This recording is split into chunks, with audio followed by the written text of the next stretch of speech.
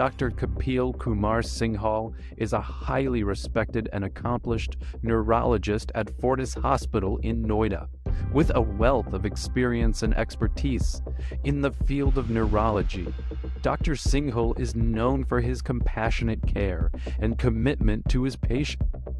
He specializes in treating a wide range of neurological disorders, including but not limited to stroke, epilepsy, Parkinson's disease, and headache. From Mediana Network, and you are watching India First Doctor-oriented show, Doctor Opinion. An opinion really matters. Today we will discuss about Parkinson's, and for this we have a very renowned personality from the health fraternity, Dr. Kapil Kumar Singhal. Welcome to our show, sir. Namaste. Dr. Kapil Kumar Singhal is the best neurologist in Delhi, and Dr. Kapil Kumar Singhal associated with Fortis Hospital Noida and neurologic clinics and as a director in Indrapur. Sir, आज हम बात करेंगे Parkinson के बारे में. तो basically Parkinson है क्या? कि पार्किंसन एक बहुत कॉमन न्यूरोलॉजिकल बीमारी है और लगभग 400 साल से पार्किंसन नाम की बीमारी का लोगों को पता है. और ये एक बहुत कॉमन बीमारी है जो यूजुअली 60 वर्ष से ऊपर के लोगों में आमतौर पे पाई जाती है. हम ऐसे कह सकते हैं कि डिमेंशिया के बाद पार्किंसन ही एक ऐसा रोग है जो कि एल्डरलीज में, वृद्धावस्था के अंदर बहुत कॉमनली होती है. और एक ही ऐसी बीमारी है इसका कि अगर इम्पैक्ट देखें तो वो किसी पेशेंट के व्यक्ति के मूवमेंट पे, उसके कार्य करने के तरीके पर, मोबिलिटी पर असर डाल सकती है. राइट सर, जैसा कि आपने कहा कि 50 प्लस एंड 60 प्लस लोगों में पार्किंसन होता है, तो क्या उससे पहले वाले एज में भी या यंग एज में भी पार्किंसन या चाइल्डहुड में भी पार्किंसन होने की संभावना है? चाइल्डहुड में तो नहीं, बट 50 से कम एज में भी पार्किंसन पाया जा सकता है, जो जबकि नंबर रिलेटिवली कम है, उसको हम यंग ऑनसेट पार्किंसन डिसीज कहते हैं. लेकिन अगर हम बात करें कि क्या लक्षण होते हैं, तो मोटे मोटे तौर पे सिम्टम्स चाहे यंग के अंदर हो चाहे ओल्ड के अंदर हो, सिम्टम्स और जो उनका प्रोग्रेशन है वो लगभग एक सा ही होता है. राइट. बहुत सारे पार्किंसन पेशेंट को सर फिजियोथेरेपी सजेस्ट की जाती है, तो इसमें फिजियोथेरेपी का क्या महत्व है सर पार्किंसन डिजीज? देखिए, हम फिजियोथेरेपी से पहले हमें ये समझना जरूरी होगा कि फिजियोथेरेपी क्या है. पार्किंसन पेशेंट के जो मुख्य लक्षण होते हैं वो होते हैं, एक तरफ हाथ में कंपन आना शुरू हो जाना, आवाज धीमी हो जाना, धीरे धीरे करके आपकी वॉक करने की स्पीड कम हो जाती है, आप कोई भी काम करने में धीमे काम करने लगते हैं, आप धीमे खाना खाने लगते हैं, आपको कपड़े पहनने में समय अधिक लगने लगता है, आप मेल है शेव करते हैं तो शेव करने की स्पीड कम हो जाती है, आप पार्क में वॉक करने जाते हैं तो आपकी उम्र के ही लोग जो हैं वो आपसे फास्ट वॉक कर रहे होते हैं. और यूजुअली ऐसा होता है कि सिम्टम्स पहले बॉडी के एक हाफ में शुरू होते हैं, कुछ समय बाद, महीना, साल, 1.5 साल बाद वो दूसरे हाफ में आ रहे होते हैं. तो फिजियोथेरेपी या किसी भी थेरेपी, फिजिकल थेरेपी का लक्ष्य है हमारी मोबिलिटी को मेंटेन रखना. फिजियोथेरेपी का एक डेफिनेट रोल है, बट सबसे इंपॉर्टेंट रोल है इसमें रेगुलर एक्सरसाइज का.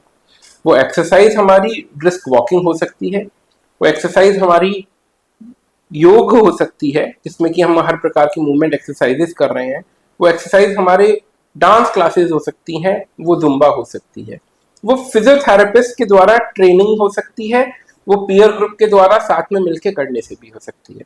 तो किसी भी फिजियोथेरेपी या मोबिलिटी को मेंटेन करने के लिए जो एक्सरसाइजेस होती हैं उनका पार्किंसन डिसीज के इम्प्रूवमेंट में और उसके प्रोग्रेशन को रोकने में बहुत इंपॉर्टेंट रोल है. Right sir.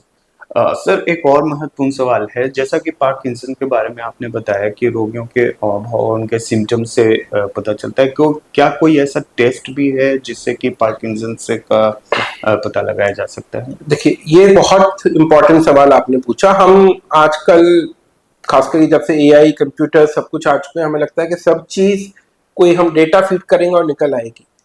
पार्किंसन डिसीज आज भी 100 में से 98 पेशेंट्स के अंदर पेशेंट की हिस्ट्री और क्लिनिकल एग्जामिनेशन के द्वारा डायग्नोसिस बताया जाता है. क्या पेशेंट की प्रॉब्लम है, किस प्रकार से वो प्रोग्रेस कर रही है, कब कैसे उनके इसके सिम्टम्स का ऑनसेट था, और एक कुशल न्यूरोलॉजिस्ट के द्वारा एग्जामिनेशन पे क्या फाइंडिंग मिलती है, उसके बेसिस पे पार्किंसन डिसीज का डायग्नोसिस बन जाता है. इसके लिए हमें मोस्ट ऑफ द केसेस में किसी CT scan, MRI, blood test की आवश्यकता नहीं होती है। कुछ ऐसे पेशेंट्स होते हैं जिनमें कि पार्किंसंस डिसीज जैसे सिम्टम्स होते हैं, बट कुछ ऐसे इंडिकेटर भी होते हैं जो कहते हैं कि शायद पार्किंसन डिसीज ना हो। ऐसे पेशेंट्स के अंदर ब्रेन एमआरआई या कुछ और एडवांस टेस्ट होते हैं जिनको कि हम डेट स्पेक्ट कहते हैं, उनका रोल आ जाता है। बट मुख्यतः मेनली यह एक क्लिनिकल डायग्नोसिस है जो कि पेशेंट के सिम्टम्स और एग्जामिनेशन के आधार पे बनाया जाता है। राइट।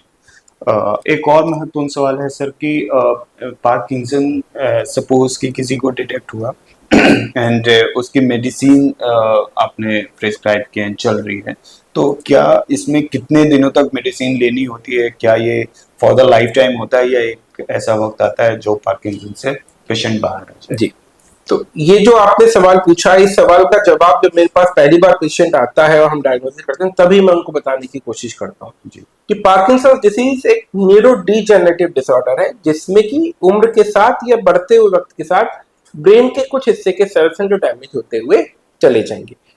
अभी भी अनफॉर्चुनेटली मेडिकल साइंस के पास कोई ऐसा तरीका नहीं है कि उस होते हुए डैमेज को हम रोक सकें। तो अगर किसी का पार्किंसन डिसीज का डायग्नोसिस बना है तो उसको दवाइयां तो लगभग जीवन भर खानी पड़ेंगी। यह हो सकता है कि शुरुआत में दवाइयां कम हो, सिम्टम्स कंट्रोल हो जाए, आगे जाके दवाइयों की डोज बढ़ानी पड़े, कुछ पेशेंट बहुत अच्छा रेस्पॉन्ड करें तो कम भी करनी पड़े। लेकिन इस भ्रम में हमें नहीं रहना है कि एक बार दवाई शुरू हो गई 6 महीने खाएंगे बंद हो जाएगी। ऑफ कोर्स प्रॉपर जीवन शैली के साथ, एक्सरसाइज के साथ डिसीज के प्रोग्रेशन को हम कम कर सकते हैं, धीमे कर सकते हैं। Right sir. अंत में जानना चाहूंगा सर कि किस तरह का डाइट इनको लेना चाहिए जो पार्किंसन है? किसी तरह का कोई खाने पीने में किसी तरह का परहेज है या नहीं है, इसके बारे में थोड़ा सा बताएं सर। देखिए, आजकल डाइट को लेके हम लोग बहुत ज्यादा कॉन्शियस हो गए हैं और मुझे लगता है कि उसके पीछे रीजन उल्टा ये हो चुका है कि हमारे पास बैड डाइट अवेलेबल इतनी हो गई है कि हमको गुड डाइट के बारे में सोचना पड़ता है। Vegetarian diet rich in fibres, fruits, vegetables is always good, जिसमें सभी चीजों का एक संतुलन होना चाहिए। अन्न का भी होना चाहिए, फलों का भी होना चाहिए। इसका मतलब यह नहीं है कि आप नॉनवेज डाइट नहीं ले सकते, बट बहुत ज्यादा हाई प्रोटीन डाइट से कई बार पेशेंट्स को कुछ प्रॉब्लम हो सकती है, इसलिए बहुत हाई प्रोटीन डाइट हमें अवॉइड करनी है। दूसरी चीज, फाइबर इनटेक अच्छा रखना इसलिए जरूरी हो जाता है क्योंकि पार्किंसंस के डिसीज कब्ज या कॉन्स्टिपेशन से भी ग्रसित रहते हैं, तो एक हाई फाइबर डाइट हमारे को उसमें भी हेल्प करती है। मोटे मोटे तौर पे संतुलित आहार अगर हम लेते हैं तो वो हमारी हर प्रकार की पार्किंसन डिसीज संबंधित डाइटरी रिक्वायरमेंट को भी पूरा कर रहा होता है। Right sir. अंत में एक और सवाल सर, हमारे माध्यम से मैं चाहूंगा कि जो पार्किंसन से जो जूझ रहे हैं, जो पेशेंट हैं, उनके लिए क्या सुझाव देना चाहेंगे आप? मैं 2 बातें मेनली बताना चाहूंगा। पहली, ये हमें समझना होगा कि कंपन अगर किसी को हो रहा है, किसी के चलने की गति कम हो गई है, किसी के चेहरे के भाव कम हो गए हैं, आवाज धीमी हो गई है, तो उसको पार्किंसन डिसीज हो सकता है।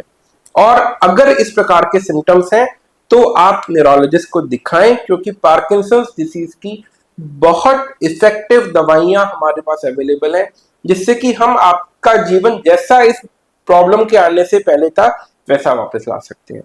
मेरे पास ऐसे भी पेशेंट देखे हैं जिनको कि 2 व्यक्ति पकड़ के उठा के लेके आ रहे हैं, 4 साल 5 साल से बीमार है, कहीं कोई इलाज ही नहीं कराया है, और 1 हफ्ते की दवाई लिखते हैं, फॉलोअप में बुलाते हैं और वो बाबूजी अपने आप खुद वॉक करके आ रहे हैं।